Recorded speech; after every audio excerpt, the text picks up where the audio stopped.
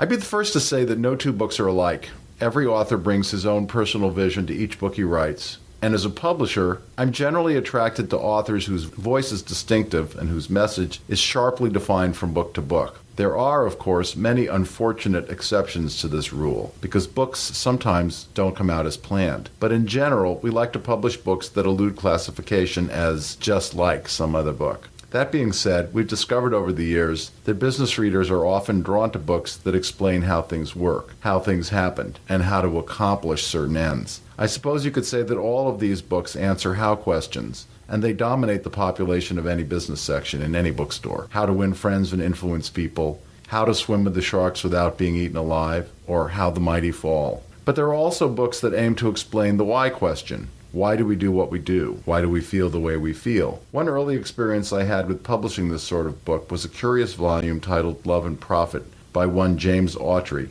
a courageous executive who saw fit to lead his own company and give speeches on the topics of the feelings we feel in the workplace and how to take feelings into account when we deal with employees. It's hardly a radical notion today, but it was a very radical notion back in 1991 when the book was published.